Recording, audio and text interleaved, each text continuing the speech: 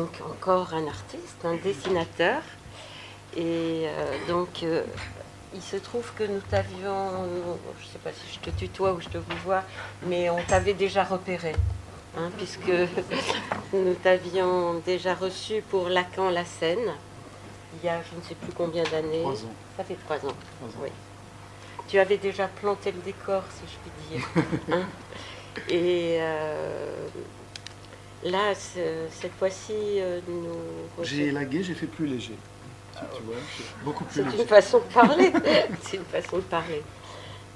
Non, mais déjà, on avait été frappés, enfin, j'étais tout à fait frappée et comment dire, vraiment saisie par la manière dont Patrick Chambon a donné, a restitué quelque chose à travers son crayon du corps de Lacan, de sa présence, de sa gestuelle, et qui était sans doute tellement importante. Enfin, c'est une évidence que pour lui, il fallait montrer et penser, parler en même temps.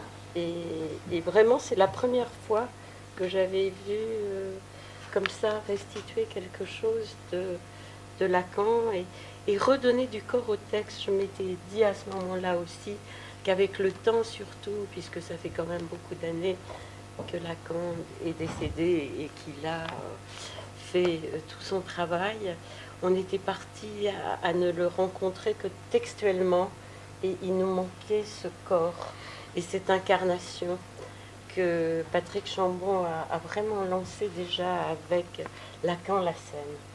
Alors, il m'avait dit à ce moment-là qu'il avait d'autres ambitions et qu'il poursuivait le travail, parce que je comprends bien que Patrick Chambon est un artiste peintre. J'ai d'ailleurs vu une exposition que vous avez faite dans le Marais, très intéressante aussi, mais que c'est un passionné quand même de psychanalyse et de philosophie. D'ailleurs, ça serait intéressant peut-être que vous nous disiez ce rapport si particulier que vous avez quand même au texte lacanien, enfin au texte lacanien, je vais dire, à la psychanalyse. Parce que c'est étonnant, vous n'êtes pas d'âge à avoir été au séminaire, bien évidemment, de Lacan. Comment avez-vous pu attraper quelque chose avec une telle, avec autant de justesse? C'est vraiment quelque chose d'extrêmement étonnant. Mais je l'ai rêvé. Vous l'avez rêvé. On fait toujours ça bien quand on rêve, non? Probablement. Il y a quelque chose qui n'est pas de l'ordre du rationnel, même si vous êtes aussi philosophe et que sans doute le texte vous parle, vous pouvez le lire et le suivre, mais il y a quelque chose de cette rencontre que vous avez avec Lacan qui est vraiment étonnante, virtuelle si on peut dire, mais à travers le rêve, c'est incarné.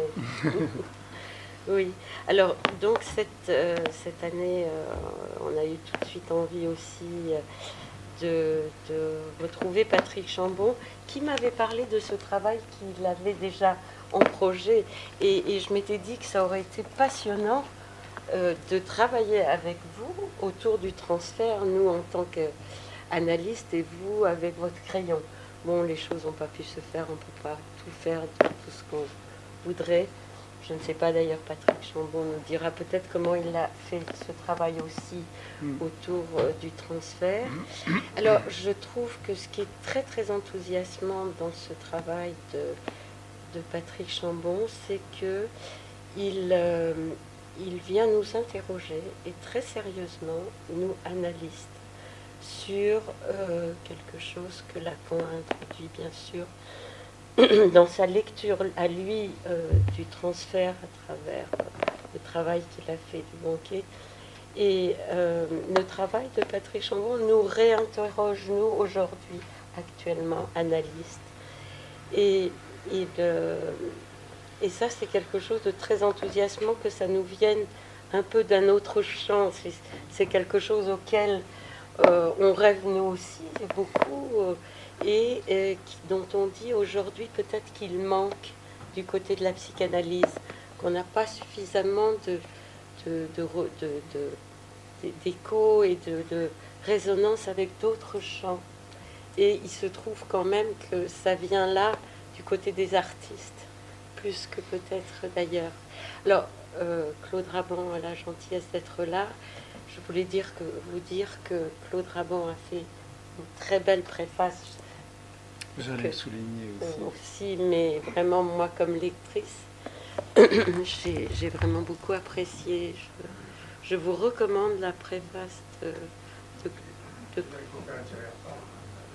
mais j'y ai pensé. Bah écoute, j'y ai pensé. Pardon. Mais j'y ai pensé. Sur la danse. J'y ai pensé, oui.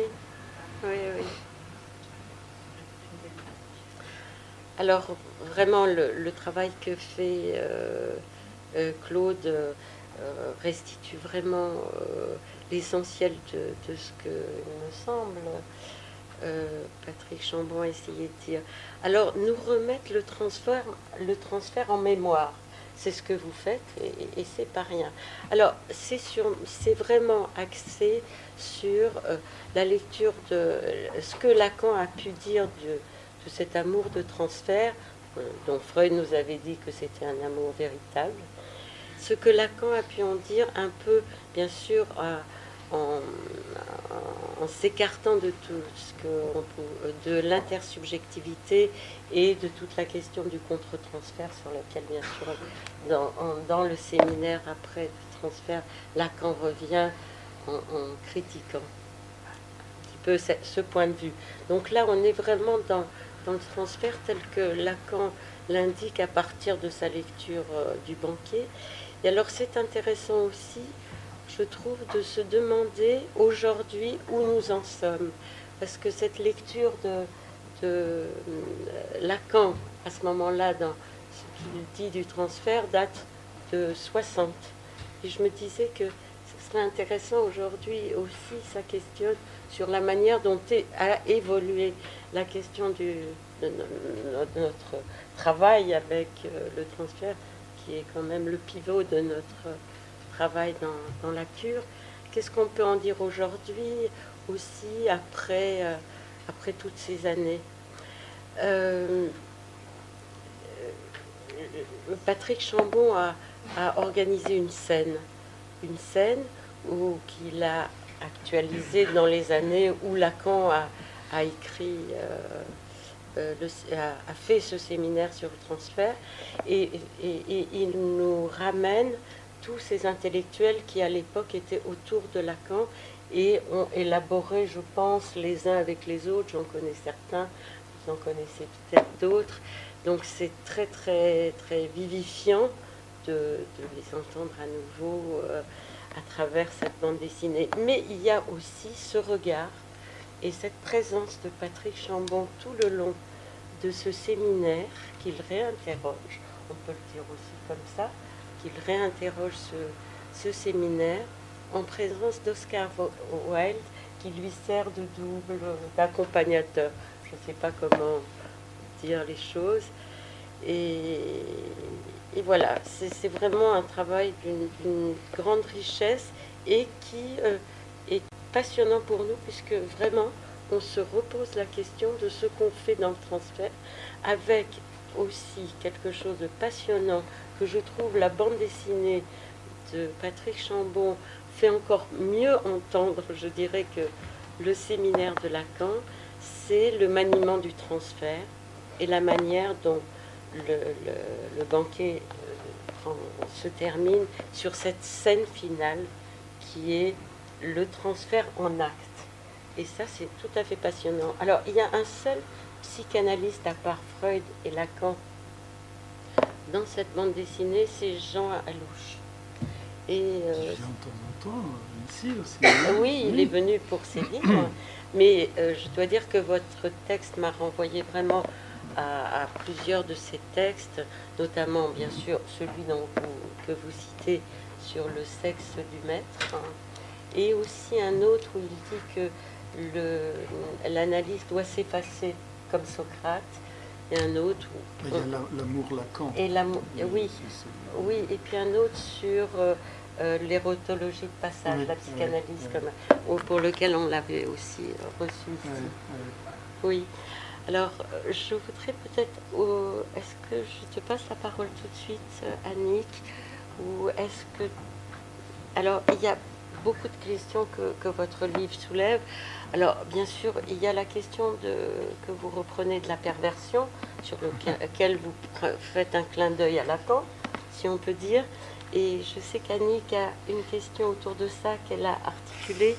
Je ne sais pas si Claude Raban a aussi envie, comme tout le monde n'a pas lu ta préface, est-ce que tu aurais envie peut-être d'intervenir aussi, m'accompagner, ça me ferait plaisir. Oui, pour que les gens qui n'ont peut-être pas du tout une idée du livre, peut-être j'en parle 5 minutes et puis après, les questions viendront. Leur dire un petit peu comment j'ai fait le livre. Donc, bonsoir à tout le monde et merci d'être venu. Merci Délia de m'inviter à nouveau et aussi merci à Claude pour cette merveilleuse préface où j'aime tellement cette amorce où heureux temps où la psychanalyse dansait. Alors on ne sait pas avec qui, mais on va essayer de danser aussi un petit peu autour de ces questions psychanalytiques.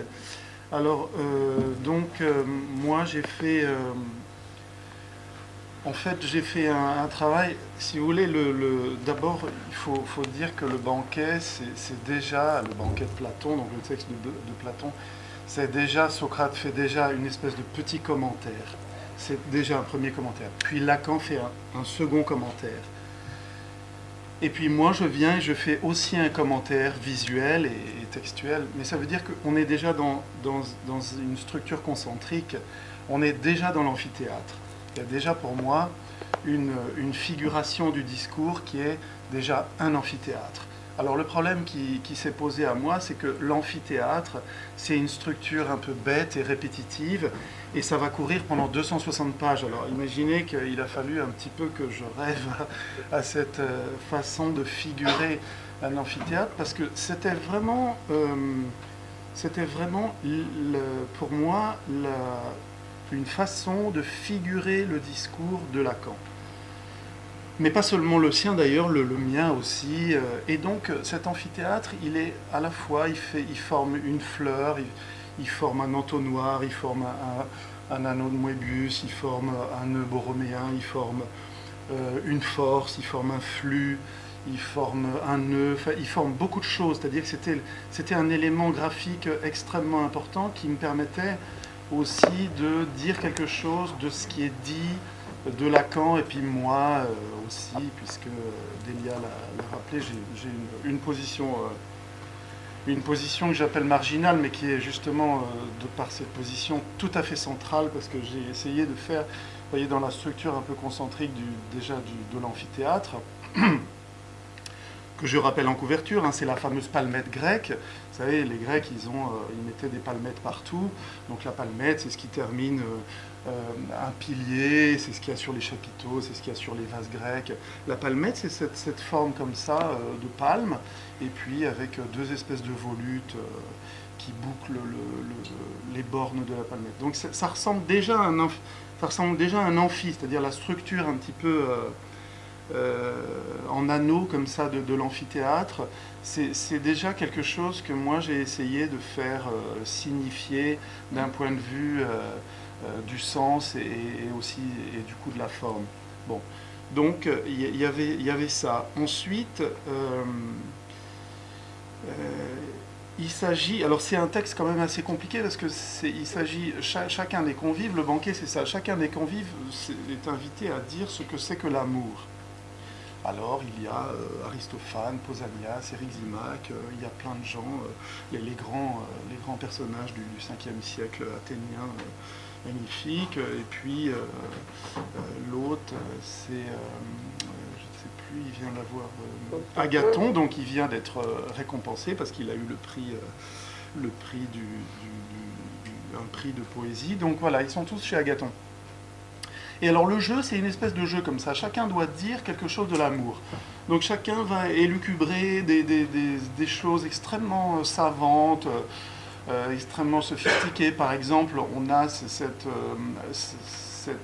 cette conception d'Aristophane, où Aristophane va dire l'être de l'amour, c'est un être sphérique qui a donc 4 jambes, 4 bras, 2 têtes, qui est complet. Et puis Zeus, étant tout à fait mécontent de cette complétude, va le fendre en deux. Donc du coup, l'un va chercher sa moitié. Bon, on est effectivement, moi je trouve qu'on est dans des conceptions assez... ça ne vieillit pas. Chacun cherche sa moitié, bon, ça parle. Voilà. Donc moi, je figure justement un amphithéâtre qui ressemble à une bulle. Je construis vraiment mon amphithéâtre comme une espèce de sphère, donc Lacan circule à l'intérieur de cette sphère, comme une espèce de bulle qui viendrait, ou de miroitement dans la bulle comme ça, qui viendrait circuler. Voilà, c'est vraiment, pour moi, l'amphithéâtre, ça a été une question signifiante, importante, puisque c'est quand même un ouvrage assez répétitif. Il s'agit d'un texte difficile, qui a un commentaire sur le commentaire, donc c'est assez difficile. Et du coup, il y a dès la problématique du banquet, il y a une question de marge, c'est-à-dire une question d'encadrement, de bordure, de quelque chose qui vient encadrer un premier texte et un deuxième texte et tout ça. Et moi, je suis donc là, en posture de bordure, comme ça, très, très marginale, de manière à chaque fois enfin souvent quand Lacan intervient, j'ai une position un petit peu d'analysant, c'est-à-dire que je suis mes associations d'idées ou d'images, donc effectivement, là, du coup, ça peut fonctionner, ça fonctionne souvent en termes d'images. Donc je brode des images et je parle aussi pas mal, et du coup, dans mes associations d'idées et d'images, je fais intervenir des interlocuteurs comme par exemple Oscar Wilde ou Michel Foucault ou Roland Barthes, qui à un moment donné, ponctuellement, viennent appuyer ou disons déplacer le propos. Donc moi j'ai une position très marginale comme ça, et donc du coup je voulais aussi que le spectateur, c'est-à-dire le lecteur, soit un petit peu au-dessus de mon épaule, comme une espèce de mauvais élève dans l'amphithéâtre qui fait en même temps autre chose que d'écouter le discours du maître, mais dans cette autre chose, il y a quelque chose qui est au cœur du propos, c'est-à-dire c'est bien que très marginal. C'est quelque chose que j'ai voulu extrêmement central, ma position de commentateur, vous voyez. Donc la structure un petit peu du livre est faite comme ça. C'est quelque chose de très... qui ressemble à une mise en abîme avec un rapport presque médiéval, comme une espèce d'enluminure, un rapport comme ça, où ça joue dans la marge, ça ricane, ça pense... ça dérive, voilà. Ce que je peux dire aussi, c'est que... Alors, le banquet, probablement tout le monde se souvient, c'est donc un texte assez fascinant parce que ces gens-là vont dire quelque chose de l'amour, et puis à un moment donné, il y a Alcibiade qui rentre, enfin un trublion, un grand homme politique, Alain de Guerre, mais qui a été très aimé de Socrate, enfin un rapport comme ça... amoureux, on ne sait pas trop, bon, il rentre et puis il déconstruit un petit peu l'ambiance générale. Et alors du coup, les termes du jeu changent un peu. On ne va plus faire l'éloge de l'amour, on va faire l'éloge de l'autre à côté de qui l'on est. Et du coup, cette position comme ça, le jeu des places, va faire une espèce de difficulté dans le banquet à saisir un petit peu de quoi il s'agit, puisqu'on est parti de l'éloge de l'amour et on est à l'éloge de l'autre. Et du coup, Lacan, ce qui est intéressant, c'est qu'il y a tout un jeu de permutations en fait dans le banquet, enfin dans le commentaire que fait Lacan. Moi, j'ai vraiment voulu mettre en scène ce jeu des permutations entre l'objet et le sujet, la chose cachée, la chose montrée, le féminin, le masculin, le 2 et le 3, parce qu'à un moment donné, Lacan rappelle qu'on est toujours 3 en amour. Enfin, toute une chose comme ça qui fait que ce texte est absolument fascinant, et que donc on va lentement arriver jusqu'à l'éloge de l'autre, et donc Lacan va justement se saisir de ce concept pour rappeler que justement dans l'amour il ne s'agit pas d'un sujet, mais il s'agit d'un objet. Et alors Alors du coup, l'autre devient quoi? Et alors ce qui est intéressant aussi, moi, ce qui m'a vraiment... ce que je voulais travailler, c'est que, en fait, c'est un grand texte sur l'objet. Alors évidemment, l'amour, c'est l'objet d'amour. Quel est-il? Qui le détient? Où passe-t-il? Et alors, du coup, ce qui est intéressant, c'est pour ça que ça a vraiment fasciné Lacan, c'est que dans le banquet, la répartition grecque, c'est de dire que il y a l'amant, qu'on appelle l'érastès, et il y a l'aimé, qu'on appelle l'éroménos. Et c'est une relation un petit peu, disons, dissymétrique, un petit peu comme ça, non réciproque, c'est-à-dire que dans la Grèce antique, l'amant a tout pouvoir, et puis il a une position comme ça d'activité, il a une position de supériorité sur l'éroménos. Bon, c'est un rapport aussi chez les Grecs d'adultes, d'adolescents. Mais là, du coup, Lacan va lentement faire dériver ça, parce que ce qui est intéressant, c'est que on ne sait pas où est l'objet. Qui est l'objet de l'amour de qui? Et alors, lentement, justement, on arrive à ce mot incroyable, qui est le mot agalma, et Lacan va se saisir de ce mot, qui est justement un mot, on ne sait pas trop quelle est la signification, de quoi il est rempli, ce mot. C'est exactement comme l'autre aimé, on ne sait pas trop de quoi il est rempli, c'est-à-dire que le mot agalma, Lacan rappelle que c'est la parure, l'objet précieux, c'était cette petite boîte grecque qui ressemblait à un silène, à un satyre, donc du coup ça évoque Socrate qui est quand même assez vilain comme garçon, donc il ressemble à un satyre, mais à l'intérieur de lui-même il y a des joyaux, il y a des algalmata, parce qu'au pluriel c'est algalmata. Donc il y a l'agalma dans Socrate, c'est-à-dire que dans Socrate il y a un objet d'amour dont rêve Alcibiade, et cet objet on n'arrive pas du tout à le suivre. Et alors mon travail ça a été aussi cette mise en scène, parce que dans l'amphithéâtre, effectivement, l'amphithéâtre, moi j'ai fabriqué les choses de manière à créer justement cette zone de vide au centre de l'amphithéâtre qui est enrobé par ces circonvolutions graphiques et tout ça. Et Lacan circule à l'intérieur de ces vides, puisqu'il est au centre de l'amphithéâtre, je l'ai dit, il y a plein de choses en bordure et tout ça. Donc il y a une question de quoi est rempli l'autre, quoi. Où est l'objet que je désire dans l'autre? Qu'est-ce que c'est que l'objet de l'amour? Et moi j'ai vraiment été fasciné par ça, c'est-à-dire que il y a quelque chose qui est un objet tout à fait imperceptible, dont on parle, qu'on attribue à l'autre, qu'on repère dans l'autre, qui circule, vous voyez, je parlais des permutations, qui circule, qui est à la fois dans l'aimé, dans l'amant, dans l'érastès, dans l'éroménos, on ne sait pas trop, et justement à la fin, il y a une espèce de final cut, quoi, un peu cinématographique, où Lacan s'amuse. Bon, Lacan vient, lui, faire une petite interprétation, puisque donc il rappelle que, justement, la nature de l'amour, enfin, il s'agit d'un objet, quoi. Et donc, et c'est marrant parce que je me disais, enfin, moi, je ne suis pas aussi... enfin, je ne sais pas exactement ce que c'est que l'objet A, mais ça vient un petit peu après, dans l'angoisse, l'objet A. Et donc c'est intéressant parce que là, c'est 60-61. Donc, et c'est intéressant parce que dans le banquet, il y a vraiment une tentative de choper un objet dont on n'arrive jamais à savoir ni qui le détient, ni à quoi il ressemble, ni pourquoi on le veut. Et ça, c'est un petit peu la question un petit peu du banquet, je trouve. Vous voyez ? Voilà, donc le travail, c'était un peu ça. Il s'agit effectivement d'un travail assez laborieux. Donc du coup, pour ne pas perdre aussi mon lecteur, ça court sur 260 pages. Donc il a fallu, j'ai chapitré les choses. Bon, moi j'ai fait aussi beaucoup un découpage au sens un petit peu, un montage au sens cinématographique. C'est-à-dire le texte, je l'ai suivi scrupuleusement. Le texte, donc, j'ai lu le texte du Seuil, mais j'ai utilisé le texte de cette affaire-là.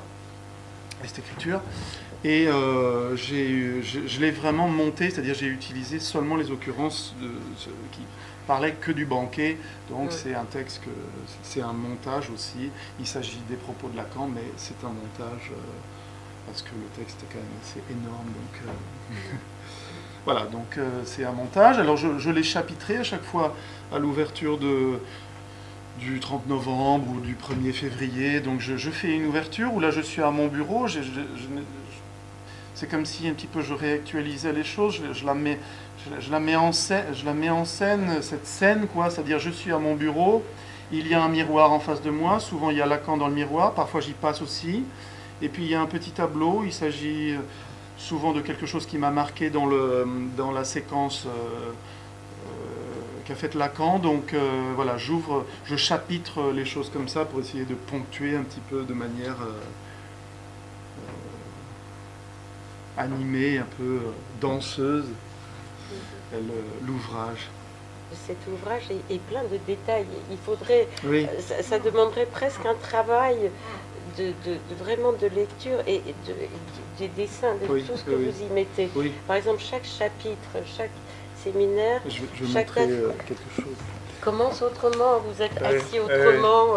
À Lacan, il apparaît, d'autres auteurs y apparaissent. Donc par exemple, vous très voyez là subtil. c'est l'ouverture, il s'agit du 16 novembre 1960, donc je ne suis pas encore à mon bureau, mais j'apparais dans le miroir, je suis dans la petite tranche ici, je suis dans la portion, et puis il s'agit de l'imparité, puisque c'est un mot qui m'avait intéressé, donc Lacan parle de l'imparité là-dedans, donc j'ai fait cette petite scène, et ça va revenir, par exemple, je vous montre la dernière, par exemple. La dernière, non peut-être pas la dernière, parce que c'est un peu abstrait. Une autre. Voilà, là je vais toucher le miroir parce que peut-être qu'avant j'ai mis ceci là en pensant un peu à Magritte, mais peut-être qu'avant j'étais encore à regarder le miroir, puis Lacan aussi il est dans le miroir, donc tout d'un coup et puis le petit personnage en haut aussi dans le tableau, vous voyez, c'est une ouverture en fait Puis il y a un petit miroir là qui me regarde à mon bureau. Alors là, là, ça se raréfie au niveau des auteurs, mais j'ai fait de telle sorte qu'à l'ouverture des chapitrages, une petite note. Elle n'est pas de moi. J'ai évoqué les livres aussi par lesquels j'étais passé. Donc là, on est dans la séquence où il va y avoir Aristophane. Donc on est dans une séquence en bulle, en haut. Donc Lacan est en train de fumer, puis il émet des hauts, puis là on a une petite bulle qui est tirée de cette espèce d'Adam et Ève de Jérôme Bosch, où ils sont dans une espèce de bulle incroyable du Jardin des Délices. Et puis moi je me retourne, donc vous voyez, c'est les entrées en matière. Vous voyez, je vous disais par exemple, donc c'est une séquence très rapide, il s'agit d'Aristophane. Aristophane va raconter l'être sphérique. Alors Lacan va beaucoup rire de ça, parce que c'est vraiment le moment où les génitoires passent derrière à devant, donc ça le fait beaucoup rire.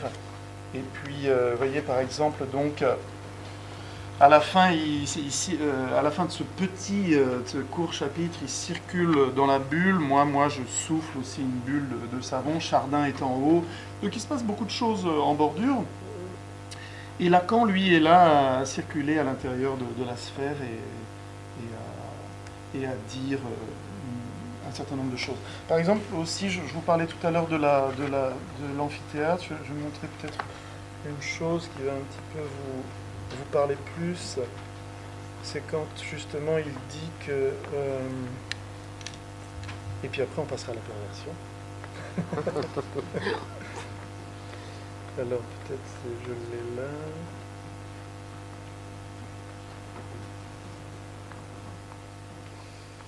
Et ce qui est formidable, c'est la façon dont vous habillez Lacan. Ah oui, ça c'était... Alors il a des là, j'ai fait très attention. Absolument extraordinaires.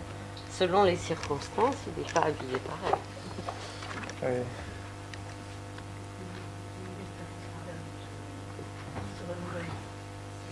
Oui. Oui, ça a été pareil, ça a été une nécessité de variation. Vous voyez, par exemple, ici, il est en train de dire,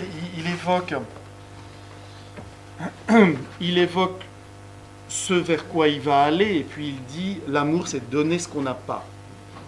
Et moi, j'ai voulu figurer une fleur. Vous voyez, l'amphithéâtre forme une fleur. Et dans le propos, si vous voulez, c'est aussi une espèce de fleur donnée. C'est déjà une formule c'est déjà quelque chose, une naissance, une éclosion de quelque chose. Donc pour moi, c'était quelque chose qui devait être manifesté par une fleur. Vous voyez, on a une espèce... Et alors là, je suis dans la bordure ici, je dis... j'aide aussi un petit peu mon regardeur, mon lecteur, parce que souvent je suis en train de lui montrer ce que je vais en faire de la page. Donc là, effectivement, il y a une fleur, elle est ici, il y a les tiges ici, et puis, vous voyez, ça forme une sorte de fleur. Hein. Vous voyez, on a un peu quitté l'amphithéâtre, donc Lacan dit donner, l'amour, c'est donner ce qu'on n'a pas. Donc, et puis, il a un petit peu parlé d'Aristophane avant. Donc, Aristophane, il a écrit les guêpes. Donc, je fais courir quelques guêpes comme ça, dans la page, vous voyez. C'est quelque chose qui vient aussi dans le parasitage de la page. Bon. Donc, il y a plein de pages comme ça où j'ai essayé de faire de la structure un petit peu du lieu, quelque chose qui parle. Oui, il y a un énorme travail de dessin et d'imagination. Je ne sais pas comment dire. Mais... Oui. C'est plein de travail. Plein de travail. Ça fait un lecteur avec vous. Pourquoi le fond bah parce que c'était un hommage rendu au texte, donc il y avait quelque chose d'un peu comme ça, un peu sentencieux, quoi, quelque chose une évocation. Oh, banquet, toi, ici, viens par ici. Voilà, quelque chose d'un peu théâtral comme ça. Comme je l'ai un peu mis en scène, je le mets un peu toujours en scène. Bon, Delia parlait du costume, effectivement, pour chaque chapitre. J'ai aussi inventé un costume, par exemple, à un moment donné, vous voyez, il va parler, il y a quelque chose de très intéressant dans le banquet de Platon. Il y a, en fait, Socrate parle très peu. Alors Lacan, ça lui plaisait beaucoup, puisque pour Lacan, Socrate avait une figure d'analyste. Hein. Donc Socrate parle très peu, mais alors à un moment donné, il fait parler de Diotime, la seule femme du banquet. Et alors cette Diotime, elle invente un truc incroyable, c'est qu'elle invente... Non, enfin, elle invente... Je ne suis pas sûr que ce soit inventé par elle, mais elle raconte le mythe de Poros et Pénia. Et alors Poros et Pénia, c'est comme ça qu'elle dit, elle, Diotime, que l'amour est né. C'était une fête, la pauvre Pénia, la sans ressources, elle va à une fête, et puis là, il y a Poros, le tout-sachant. Lacan dit le tout-sachant parce qu'il a aussi une grande analyse sur il ne savait pas. Il aime beaucoup cette formule Lacan, ce qui est un peu la formule de l'inconscient, pour là, enfin, quand il en parle, il ne savait pas ce qu'il faisait, Oedipe, il a crevé, il s'est crevé les yeux, bref, il ne savait pas. Bon. Et puis là, justement, c'est intéressant parce que du coup, dans Diotime, elle raconte que Pénia, donc, elle va à une fête, je crois que c'est des fêtes d'Aphrodite, je ne sais plus trop. C'est la naissance d'Aphrodite. Voilà. Et alors Poros, le tout-sachant, celui qui a les ressources, le fils de Métis, tout ça, il est ivre et il s'endort. Et pendant son endormissement, elle le chevauche et elle se fait faire l'amour. Mais au sens d'un enfant. L'enfant, c'est l'amour. Et donc, en fait, c'est intéressant parce que, du coup, il y a un rapport avec la vue. Et alors, moi, j'ai fait de l'habit de Lacan quelque chose qui est ocellé, très ocellé, qui est constellé on dirait, un habit de plume de pan, quoi. Et je ne sais plus où il est. Il est plein, il y a des yeux partout. Et alors c'est à chaque fois, si vous voulez, alors à chaque fois, parfois il y a des stries, parfois il y a une toge, parfois je ne sais plus où il est ce récit. Vous voyez par exemple dans Aristophane, il est habillé un petit peu comme un arlequin, parce que il dit Aristophane c'est le seul pitre, c'est le pitre du banquet, c'est le seul qui va parler un peu sérieusement. Il fallait du comique, et l'amour a toujours partie liée avec le comique. Hein, puisqu'il rappelle qu'il s'agit il y a du phallus, il y a tout ce qu'il faut pour rire, donc Lacan dit, ça a toujours partie liée avec le comique, donc il fallait un peu du comique. Alors moi, je trouvais qu'un habit d'arlequin, comme ça, un habit d'un peu de clown, les clowns de Picasso, ça allait avec. Alors attendez, voilà, c'est ça, vous voyez, c'est plein d'ocelles, plein de petits yeux. Bon, voilà, là il est en train de parler de l'Érastès et de l'Héroménos. Oui, moi j'ai commencé au moment où il débute le transfert, en fait, il commence par parler du banquet. Donc après, il parle de Claudel, etc. Mais c'est le 16 novembre, oui. Oui, c'est le 16 novembre. Du coup, je réponds d'où je peux vous répondre. Mais alors, quand vous dites que Freud s'est intéressé à ce mythe, parce que justement, il y avait une espèce de complétude à un moment donné qu'on fend en deux, et puis du coup, l'autre recherche sa moitié, il me semble que justement, ce qui est intéressant dans ce séminaire ou dans le rapport au banquet, c'est qu'il s'agit plutôt d'un objet qui circule. C'est pour ça que j'ai parlé de permutation. C'est toujours pareil, j'entends ce que vous dites de cette façon. C'est-à-dire que quand même, dans le travail qu'il fait sur le banquet, là, il repère que quelque chose scintille au sein d'un autre qui est un objet que l'on désire. Alors, pourquoi ce ne serait pas cause du désir? Je n'en sais rien. Ah, d'accord. Donc, et Lacan est en train de... Voilà. Et qu'il accroche là avant de le dire. D'accord, oui. Voilà. Parce qu'il dit bien, en plus c'est intéressant, vous voyez, c'est pour ça que moi j'ai évoqué la boîte de sardines dont il parle dans les 4 concepts fondamentaux, qui scintille. Moi j'aime beaucoup cette histoire aussi. Donc à un moment donné, je fais une scène où Lacan est sur un petit bateau et il voit scintiller cette espèce de boîte de sardines. Ce qui est plus merveilleux, c'est que l'autre lui dit, tu vois, Oui, regarde. oui, ça c'est merveilleux. Ça c'est le tableau pour moi, vous voyez, c'est ça le tableau. C'est exactement la question du tableau, la définition du tableau. Bon bref. Mais alors du coup, ce qui est intéressant, c'est que Lacan rappelle que la racine gale, dans agalma, c'est ce qui brille, ce qui scintille. Le galant, la galanterie, tout ça. Ce qui scintille, ce qui brille. C'est assez intéressant parce que du coup, bon, il était intéressé aussi par les miroitements et le miroir et tout ça. Mais je veux dire, quand on suit ce circuit où on n'arrive pas à trouver où est l'objet, hein, c'est un peu le truc du banquet, on n'arrive pas à trouver où est l'objet parce qu'on croit que ça scintille quelque part alors que... Mais ce n'était pas exactement là où il était, c'était presque un reflet. Alors si c'est un reflet, il est donc ailleurs, il est donc en face, à côté, en haut, en bas. Où est-il? Au milieu du livre.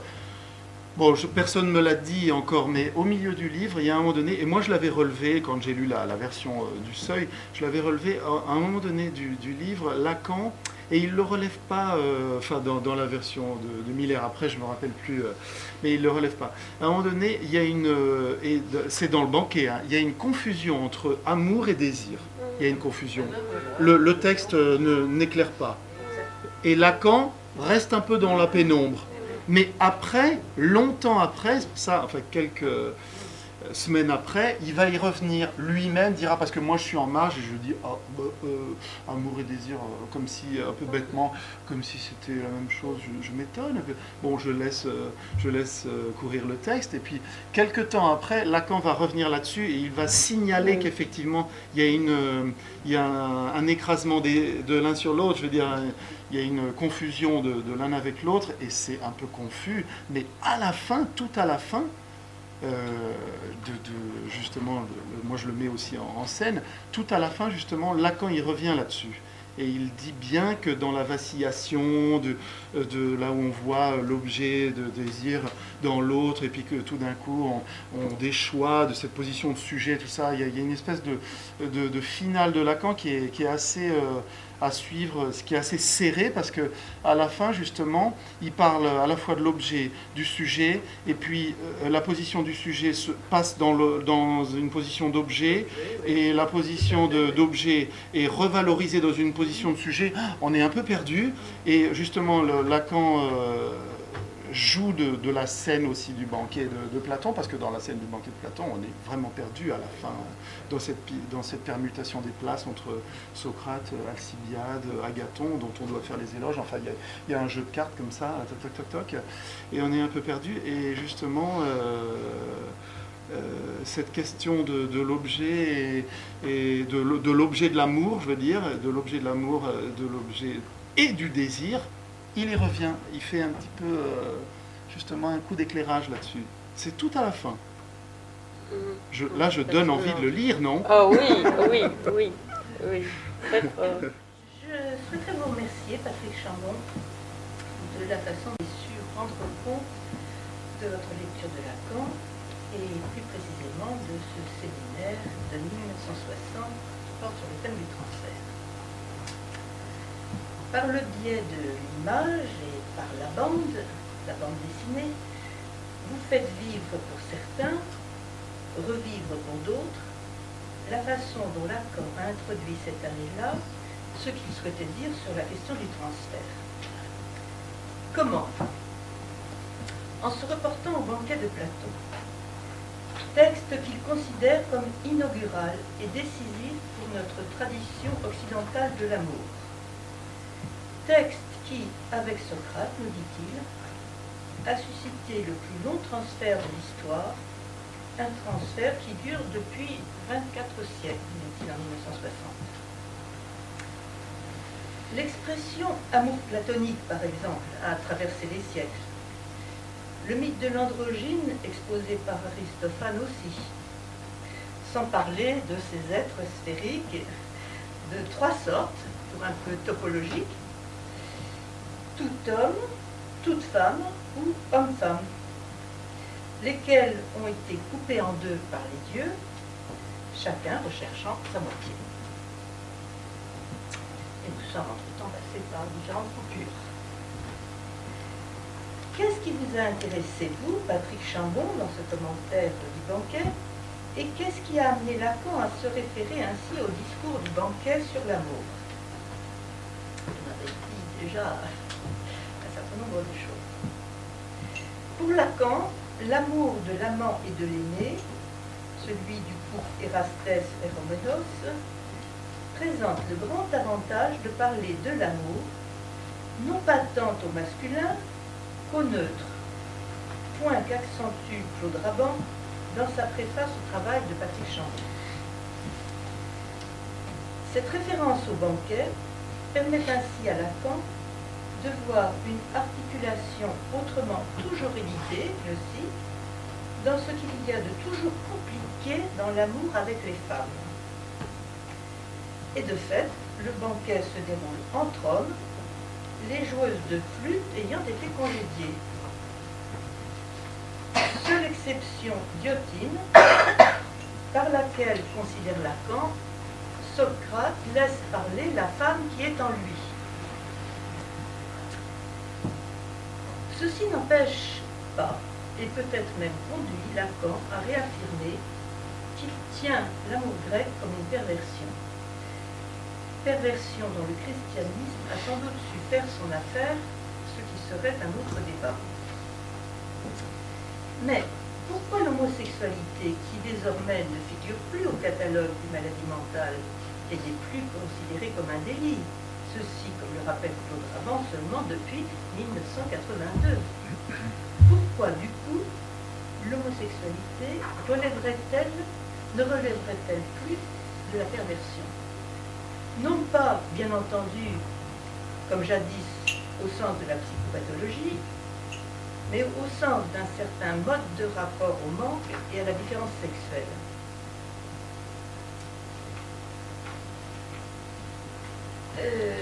Ce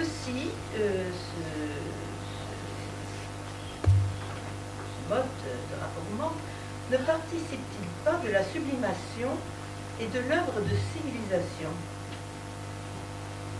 Les exemples, et parmi les plus célèbres, ne manquent pas. Je souhaiterais aussi vous remercier, Patrick Chambon, pour la façon dont vous avez su créer et recréer quelque chose d'essentiel dans l'atmosphère des séminaires de Lacan. Créer, puisque vous n'y étiez pas, et pour cause.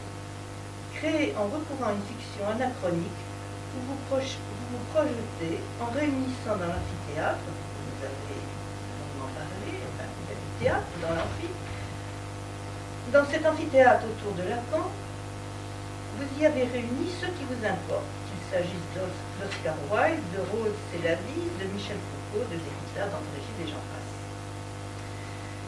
Recréer aussi, pour ceux qui ont connu le séminaire de Lacan, l'originalité, la singularité absolue qui était la sienne. À chaque pas de sa parole, dans un amphithéâtre qui, dans les années 70, était devenu plein à craquer, mais où on aurait entendu une mouche voler, Lacan étonnait et savait créer la surprise. Il ne cessait pas d'étonner et créer la surprise. N'hésitant pas, cette parole, à la mettre en scène, mais aussi à se mettre en scène, à engager ainsi son corps dans sa parole, à montrer que la parole engage le corps. Ce qui, chez Lacan, était invention dans la théâtralisation, ceci peut-être pour donner forme ou donner corps à ce qui ne pouvait ou ne peut se dire, vous le réinventez, et admirablement, par le trait, par la mise en scène, mais aussi par le texte de vos commentaires et associations. Réinventer à votre tour la psychanalyse, n'est-ce pas le message que Lacan nous a laissé? À une époque, la nôtre, où l'étoile de la psychanalyse a pâli, où socialement le transfert à la psychanalyse est en souffrance, où le transfert des psychanalystes à Lacan s'effectue désormais essentiellement à travers les textes, le moment n'était-il pas venu, ou n'est-il pas venu, de redonner forme et corps, sinon couleur, à la personne, au personnage de Lacan, lequel, en présence d'un auditoire suspendu à sa parole, et où tous les regards étaient rivés sur lui, n'hésitez pas, comme vous l'avez souligné tout à l'heure, à faire le bouffon, le clown, avec ses nœuds papillons, ses vestes à carreaux ou à rayures, avec ses costumes dont vous le parlez qu'il s'agisse de plumes de paon ou d'écailles de serpent. N'y a-t-il pas dans votre travail une admirable reprise de la monstration ou démonstration de la façon dont le corps de l'analyste supporte le transfert, dont le transfert s'y accroche, non sans lui conférer une certaine brillance? Et ceci n'est-il pas, comme disait Lacan, ce qui permet à l'amour de condescendre au désir? Mais la discussion a anticipé. Merci. Merci. Donc en fait, il n'y a pas de questions. Heureusement pour moi. Oui, non, c'est gentil. Non, pas du tout. Bon, sur Lacan la scène, du coup, je le mettais en scène encore plus de manière plus dérivée, puisqu'il était sur une scène un petit peu, une scène à la fois de chanteur et aussi d'acteur. Donc une scène, on ne savait pas trop ce qu'il y venait faire, si ce n'est comme ça, dire un mot. Donc on m'a un peu reproché ça, mais en fait, alors vous savez, quand vous faites, si vous voulez, toutes les mimiques de Lacan, c'est quand même à chaque fois une photo que je fais de moi. Parce que sinon, je ne pourrais pas. Je ne peux pas inventer une façon de tordre la bouche, de mettre les mains par-ci, de danser, comme dirait Claude, sur une scène en mettant la jambe comme ci, comme ça. Donc, si vous voulez, c'est peut-être aussi d'abord une façon de se moquer de moi, de rire. Mais je trouve que... Alors, en fait, c'est tout à fait vrai ce que vous dites, mais pas dans sa version négative. C'est-à-dire, c'est pas du tout une façon de se moquer, c'est une façon de rire, parce que c'est quelqu'un parmi les penseurs que j'aime, les Deleuze, les Derrida, les Foucault, les Barthélémy, c'est vraiment quelqu'un qui... Alors, j'allais dire qui m'a fait rire. Bon, là, je suis un peu choquant pour des psychanalystes, parce que moi, je n'ai pas un rapport clinique à Lacan. Enfin, vous voyez, je le prends sous un certain angle. Vous voulez dire qu'il y réside? Eh bien, quelque part, dans quelqu'un qui vient cheminer dans sa pensée devant les autres, ils ne l'ont pas fait les autres, mais lui, il l'a fait pendant 20 ans, toutes les semaines. Il est venu cheminer, c'est-à-dire se casser les dents un peu, chercher. Et quand on cherche, on n'a pas forcément la figure qu'il faut. Donc, il a cherché. Il a aussi, je crois que c'était un homme très drôle, c'est sûr ça. D'ailleurs, il disait que le livre de Freud sur le mot d'esprit était un des 3 grands livres. Donc, forcément, quelqu'un qui dit ça, c'est quelqu'un qui est sensible à la drôlerie. Le mot d'esprit, ça doit être dans le cabinet d'analyste, je suppose. Donc, c'est quelqu'un qui est drôle pour moi. Donc, c'est aussi comme ça que je le regarde. Et parce que c'est aussi comme ça qui me plaît et qui m'intéresse. C'est la pensée dans son rapport au rire. Ça m'intéresse. Ouais.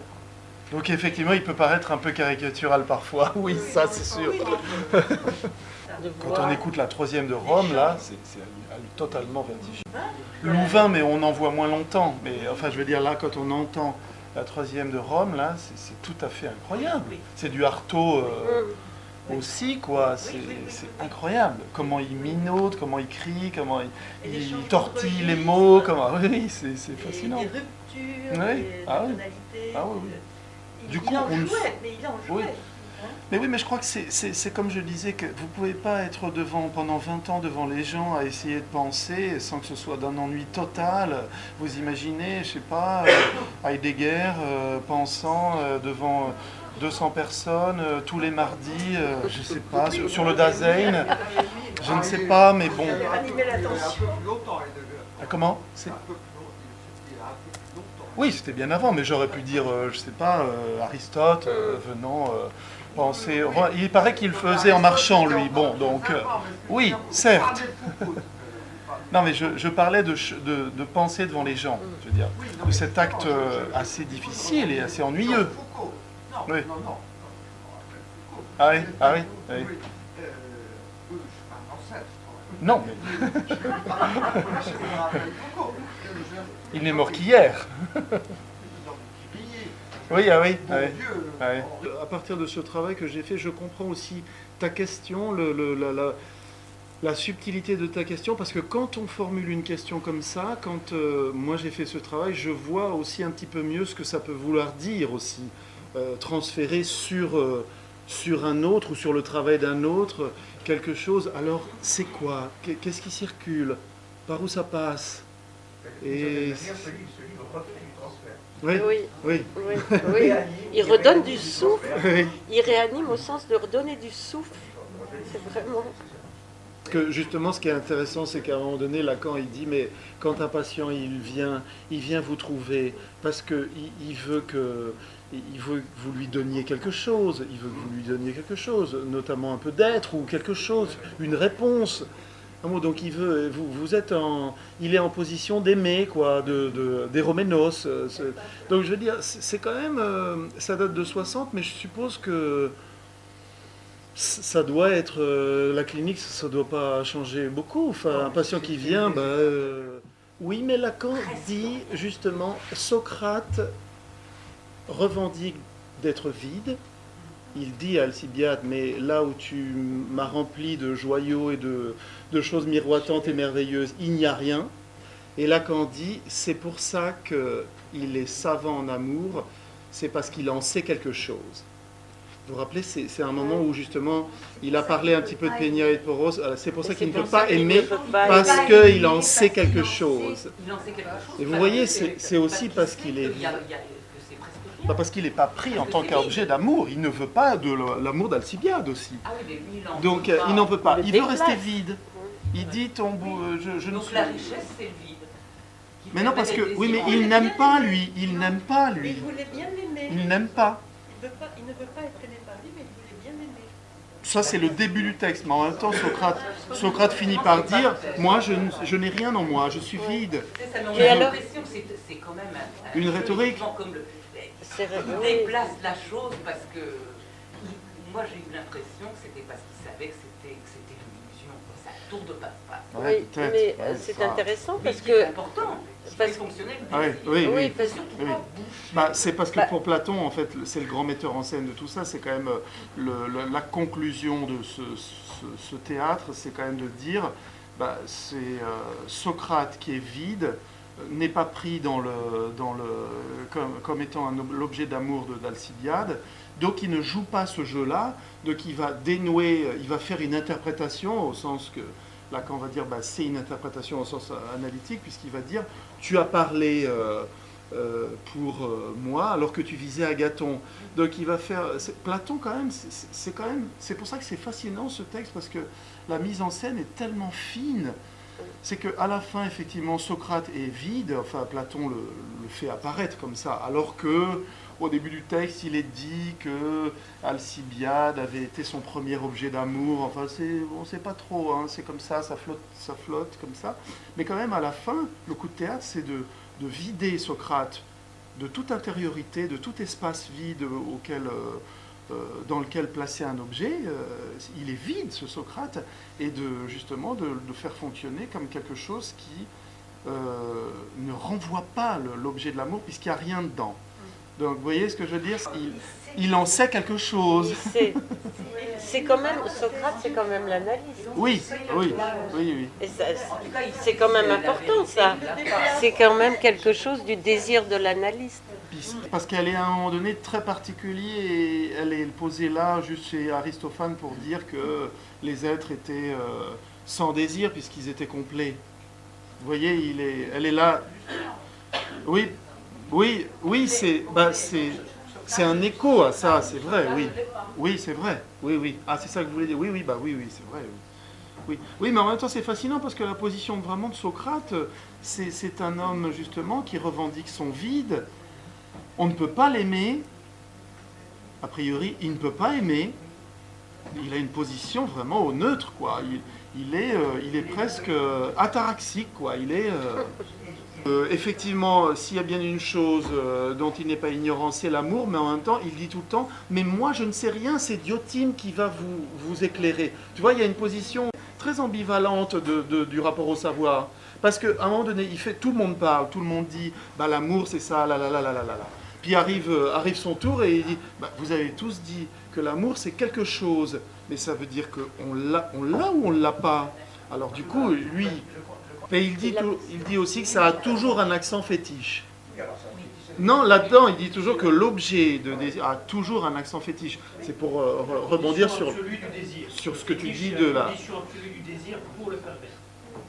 C'est une phrase de la... Oui, en tout cas, moi, je me rappelle de ce moment dans le banquet, mais à la fin, il est dit que, justement, Lacan rappelle que Diotime avait parlé de ça, mais il dit c'est plutôt un démon. Oui. C'est le démon de Socrate. Oui, Et le démon de Socrate, c'est Alcibiade, du coup. Lacan le rappelle. Alors ça, c'est j'ai parlé de l'amour n'est pas un dieu, mais parce que oui, mais enfin, ça ne change pas grand-chose, Ça ne change finalement. pas, finalement. Dieu ou le démon. C'est simplement l'intermédiaire. C'est pas du tout le sens démoniaque qu'on a maintenant. Ah non, c'est sûr. Ben, je crois qu'on va peut-être s'arrêter là-dessus, en te remerciant beaucoup, Merci parce à que vous. vraiment, c'est formidable.